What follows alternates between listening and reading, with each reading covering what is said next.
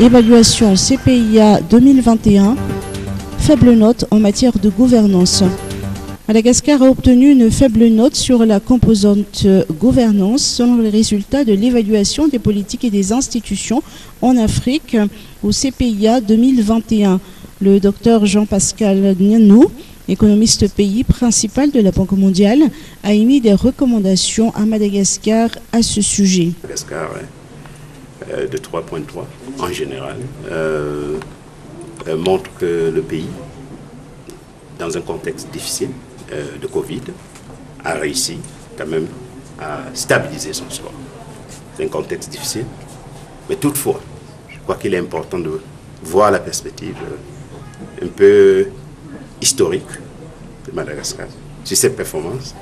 Et ce qui est assez critique, et je pense que c'est l'espace d'amélioration que Madagascar peut.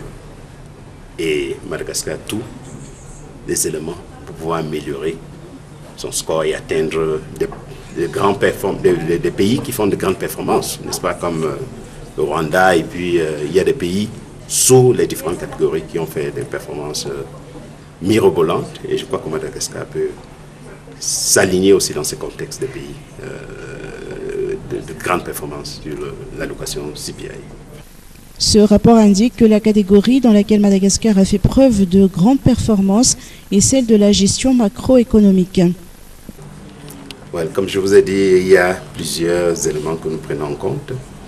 Sur la gestion macroéconomique, il y a la gestion macroéconomique, même en termes de croissance, en termes de la politique de l'inflation, comment on contrôle l'inflation, ce sont des éléments qu'on prend en compte, et comment la politique fiscale fonctionne en général, en termes du budget, du déficit, ce sont des éléments que nous regardons, mais aussi on regarde les éléments du commerce, donc libéralisation du commerce, un élément important que nous regardons dans le volet macro, mais aussi la gestion de la dette. Tout à l'heure je le mentionnais, n'est-ce pas, le risque de dette est modéré, mais c'est important, il y a des risques qui pourraient accroître cela, donc c'est important de mitiger ces risques fiscaux qui pourraient accroître, tels que, n'est-ce pas, le contrôle de ce que nous appelons contingent liability. Excusez en français, c'est un peu de dettes, des passifs, je crois qu'on appelle ça passif. Je veux dire, c'est un passif en effet qui n'est pas direct, quoi. Le passif indirect, vous voulez, comme les entreprises publiques, la dette des entreprises publiques, ça c'est un exemple. Mais aussi, on regarde des autres éléments, comme je le mentionnais tantôt, des éléments structurels, dont l'environnement des affaires, la stabilité du secteur financier, mais aussi on regarde le capital humain, un élément important, l'accès à l'éducation, n'est-ce pas, les filets sociaux, protection sociale, ce sont ces éléments qu'on regarde, mais aussi, plus important, c'est les questions de transparence, de gestion du secteur public.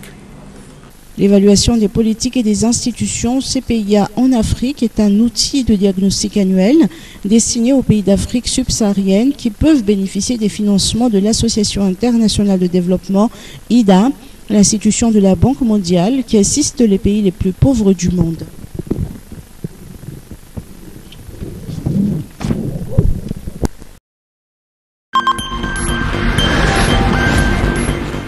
Assemblée nationale.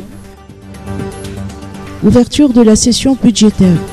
La présidente de l'Assemblée nationale, Christine Razanamassou, a lancé un appel à l'apaisement politique dans son discours d'ouverture de la seconde session ordinaire de l'Assemblée nationale, aujourd'hui au palais de Tsimbazaz. 2023 sera une année électorale, a-t-elle rappelé, et à ce titre, elle invite les partis politiques à se préparer pour les prochaines échéances électorales. Christine Razanamassou encourage également les citoyens à participer aux opérations de recensement en vue de la refonte totale des listes électorales face aux différents sujets de scandale à répétition sur les réseaux sociaux et qui incriminent les députés. Christine Razanamassou a invité les élus à se conformer aux lois en vigueur et l'exécutif à respecter la séparation des pouvoirs. Les deux chambres parlementaires sont en session ordinaire de 60 jours consacrée à l'adoption de la loi des finances initiale LFI 2023. Incendie de la réserve d'Ambouitaté. 3 personnes inculpées. 3 personnes ont été inculpées dans l'affaire de l'incendie de la réserve d'Ambouitaté. L'une d'entre elles, accusée de participation directe à l'acte, a été placée sous contrôle judiciaire.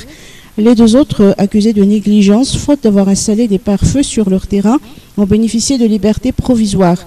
Dans un communiqué, le parquet d'Ankajbe a indiqué que les investigations ont permis de constater que le pétrole et le briquet saisi sur le premier suspect avaient été achetés le jour même dans une épicerie du coin.